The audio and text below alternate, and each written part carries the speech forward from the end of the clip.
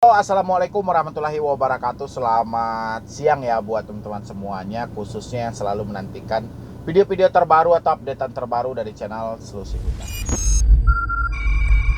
Terima kasih ya buat teman-teman semuanya yang selalu mensupport, mendukung tentang channel Solusi Utang. Saya ucapkan ribuan terima kasih buat Anda semuanya karena dukungan dan supportan Anda alhamdulillah menjadikan channel ini terus berkembang, terus bisa memberikan edukasi dan motivasi-motivasi yang positif buat teman-teman semuanya, terutama yang saat ini mungkin berada di titik mungkin sudah ketidakmampuannya ya. Dan hari ini yang mau saya bahas itu kasus yang viral di satu atau dua hari belakang ya, tentang seorang ibu yang nekat membunuh anaknya. Habis itu dia juga mencoba untuk bunuh diri karena mungkin sudah kalut banget ya, berada di posisi diteror terus pinjaman online, didesak terus pinjaman online. Ini sebenarnya ya, pertama mungkin juga cara berpikirnya, habis itu tidak adanya solusi dari pemerintah, habis itu pinjaman online yang semakin merajalela yang ada di Indonesia.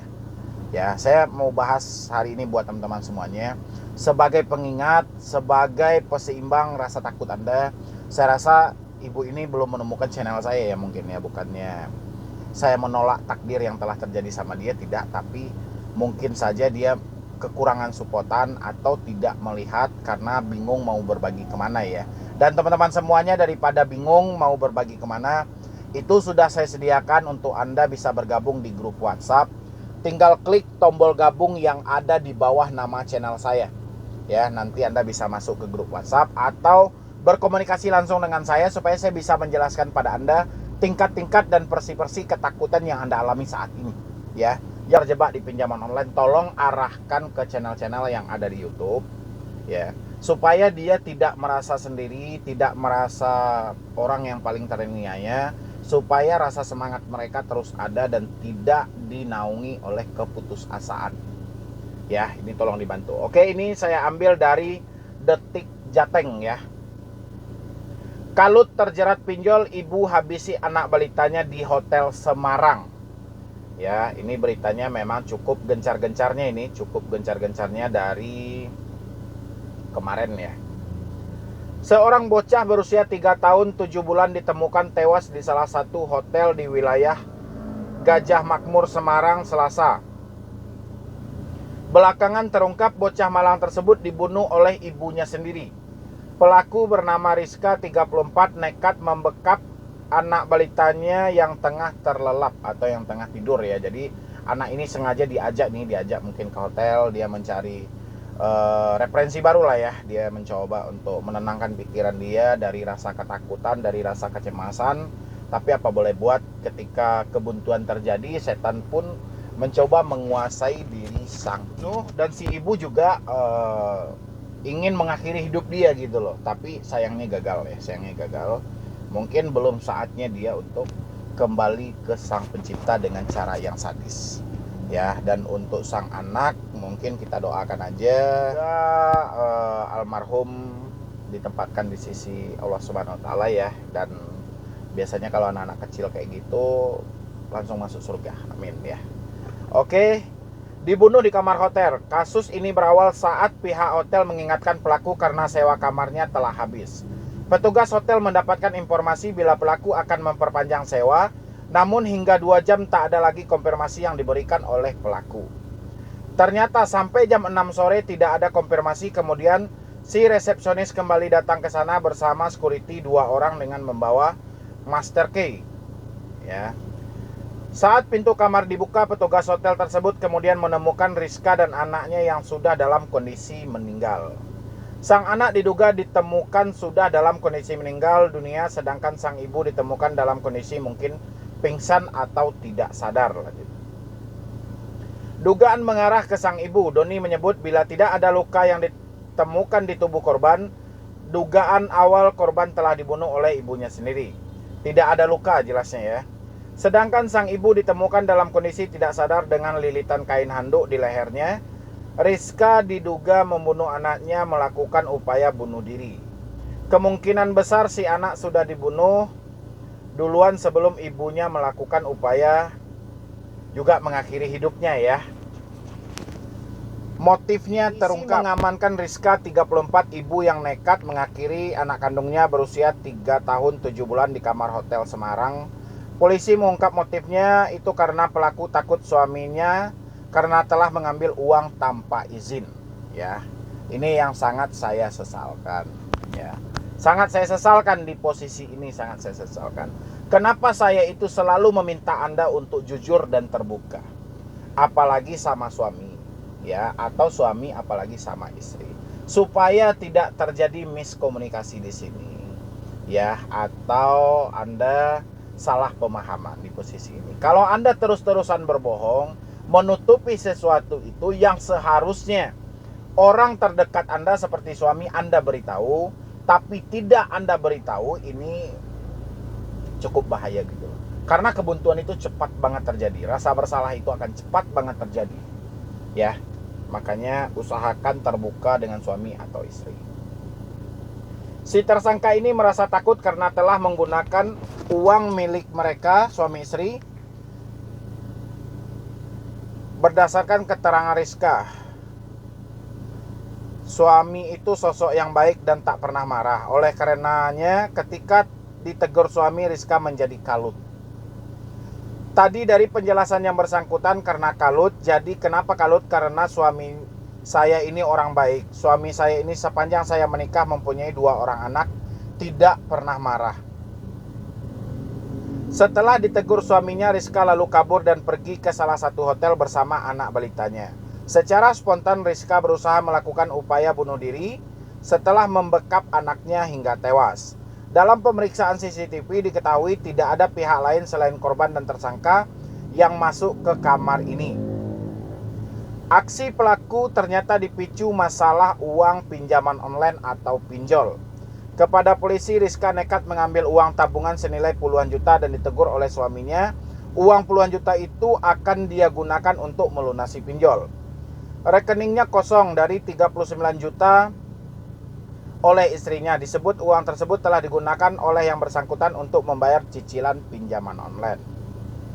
Kepada polisi, Rizka menyebut pihak yang meminjam di pinjol adalah temannya yang berinisial SS. Keterangan di sini, si ibu ini ternyata data dia dipakai teman dia, temannya malah kabur. Karena di sini posisinya kan, Rizka menyebut pihak yang meminjam di pinjol adalah temannya berinisial SS.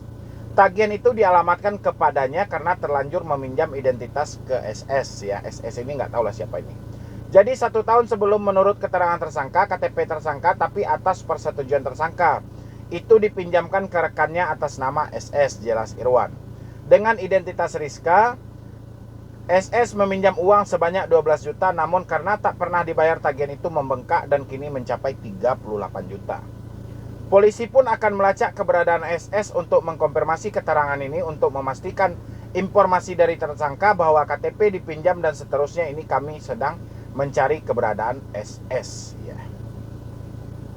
Cocok ya, cocok kalau polisinya bekerja seperti itu, sangat cocok ya. Mungkin di luar sana banyak juga orang-orang yang namanya dipakai oleh teman dia, dipinjam habis itu temannya kabur. Ya, cuman yang jadi masalah ya, ini untuk Bapak polisinya, jangan ditunggu dulu terjadinya kasus seperti ini ya, baru melakukan tindakan. Tapi ketika ada laporan ya, misalnya ada si A melapor bahwa data dia dipakai oleh temannya, habis itu si temannya kabur, minta dibantu untuk penyelesaian ini ya, ditemukan si yang kabur gitu loh. Tapi kalau sudah di posisi ini ditunggu dulu kasusnya viral, ditunggu dulu memakan korban, baru polisinya mengetahui, barunya cepat tanggap. Ya, ini buat Bapak kepolisian, mudah-mudahan ke depannya hal seperti ini tidak terjadi lagi. Kalau misalnya ada dari masyarakat yang melaporkan, misalnya nih, kan banyak, saya yakin di luar sana saya aja menemukan banyak. Dia nggak minjam, yang minjam itu temannya. Inisiatif niat baik, ingin membantu temannya. Ingin membantu teman yang sedang susah, sedang sakit, atau bermacam lagi persi. Rasa pri kemanusiaan. Ya, tapi sayangnya orang yang dibantu tidak tahu untung gitu loh. Malah kabur, malah saya akan menjadi pencuri, Dan ketika si orang yang dirugikan ini melapor ke pihak kepolisian, malah laporannya ditolak. Memang secara data dia yang masuk ke dalam sistem perpinjaman itu. Tapi secara fakta bukan dia yang menggunakan, karena inisiatif niat baik. Tolong dibantu ini untuk diluruskan. Jangan sampai ada korban berikutnya baru kita menanggapi hal ini. Ya, itu yang pertama. Yang kedua dari OJK sendiri. Karena ini saya yakin sudah mengarah ke pinjol ilegal. Kenapa? Hutang yang semulanya 12 juta sudah menjadi 38 juta. Yang kata OJK, denda dan bunga tidak boleh melebihi 100%. Kalau semua hutang yang dia pinjam totalnya 12 juta, berarti total yang harus dia bayar itu adalah 24 juta. Ya, dari mana ada penambahan menjadi dari mana itu adanya? Ini urusannya ke OJK lagi. Bukan OJK seakan-akan lepas tangan. Sudah dalam posisi ini OJK baru cepat tanggap juga, bukan seperti itu. Selama ini sudah banyak orang-orang yang mereport hal ini, melaporkan hal ini, ya, tapi tidak ditanggapi. Setelah terjadi urusan-urusan pidana seperti ini, jangan pula OJK jumpa per nanti ataupun AFPI jumpa per nanti untuk menyampaikan ikut belasungkawa dan segala macam. Yang seharusnya adalah yang dikerjakan OJK mencarikan solusi di balik ini atau menjembatani penyelesaian masalah antara kreditur dan si debitur. Harusnya seperti itu ya. Jadi kalau hanya sebatas jumpa per, sebatas pencitraan dan segala macam, saya rasa itu sudah cukup. Karena permasalahan pinjaman online ini bukan hal baru, tapi hal yang sudah lama tidak pernah terselesaikan di Indonesia ini. Ya, itu buat OJK. Dan buat Anda saat ini yang terjebak di pinjaman online, ini penting banget nih buat Anda ya. Yang pertama itu adalah jujur dan terbuka dengan pasangan kita. Itu yang paling pertama. Apa kronologisnya? Kayak mana peristiwanya? Dikaji dulu peristiwanya. Seperti apa sehingga Anda bisa terjebak di sini? Kan bisa dijelaskan. Walaupun suami Anda marah sesaat, gak apa-apa. Dengan begitu, dengan Anda jujur, sedikit mengurangi beban yang ada dalam diri. Tapi semakin Anda tutupi, dari suami Anda tutupi, dari orang tua Anda tutupi, dari saudara Anda tutupi, ini akan menjadi beban berat yang mengganjal di hati Anda. Ya. Pertanyaannya, mau sampai kapan hal itu Anda tutupi? Ya. Sampai pada akhirnya Anda berada di titik mentok, Anda tidak bisa berbagi dengan orang lain, sehingga Anda memilih solusi yang sesat, mengakhiri hidup adalah jalan yang terbaik. Ya. Tapi sayang banget Anda kehilangan buah hati Anda hanya kesalahan dalam berpikir. Ya, ini akibat apa ini? Rasa takut terlalu berlebihan. Ya, sehingga hati nurani dia dikalahkan oleh rasa takutnya. Gitu loh. Bayangin buah hatinya loh. Di luar sana orang susah mendapatkan anak, ini anak malah dikorbankan. Gila gitu. Ya. Itu buat teman-teman semuanya. Dan satu hal lagi juga saya sampaikan buat teman-teman ya. Ini karena memang sudah banyaknya orang-orang yang terjebak di pinjol dan menyatakan ketidakmampuannya. Saya berharap jangan memaksakan terus-terusan memikirkan hal yang seperti ini.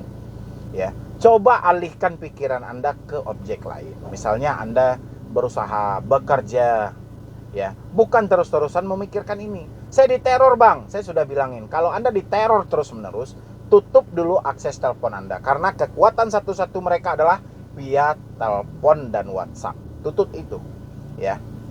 Itu nggak ada masalah kalau Anda tutup gitu loh. Ya nggak ada salahnya, nggak ada pidananya ini segala macam, nggak ada gitu loh. Ya ini buat teman-teman semuanya, tolong diingatin. Saya berharap ke depannya, ya tidak ada lagi. Kalau memang Anda sudah tidak mampu, stop saja membayarnya. Jangan dipikirkan lagi. Usahakan jujur dan terbuka dengan orang sekitar. Jangan dibohongi dan jangan ditutup-tutupi. Ya, karena ini sangat penting. Karena walau bagaimanapun, orang sekitar Anda yang paling terdekat itulah yang akan tahu dulu permasalahan Anda. Ya, mungkin dari saya cuma itu aja. Nanti Anda bisa bergabung di dalam grup WhatsApp saya, supaya saya bisa memberikan Anda sedikit edukasi dan pencerahan, supaya Anda tidak merasa sendirian dan kami bisa mengarahkan Anda ke hal-hal yang tidak merugikan diri Anda nanti. Ya, yang penting support terus channel Solusi Hutang. Semoga channel ini terus berkembang dan bisa memberikan edukasi ke orang-orang yang membutuhkannya.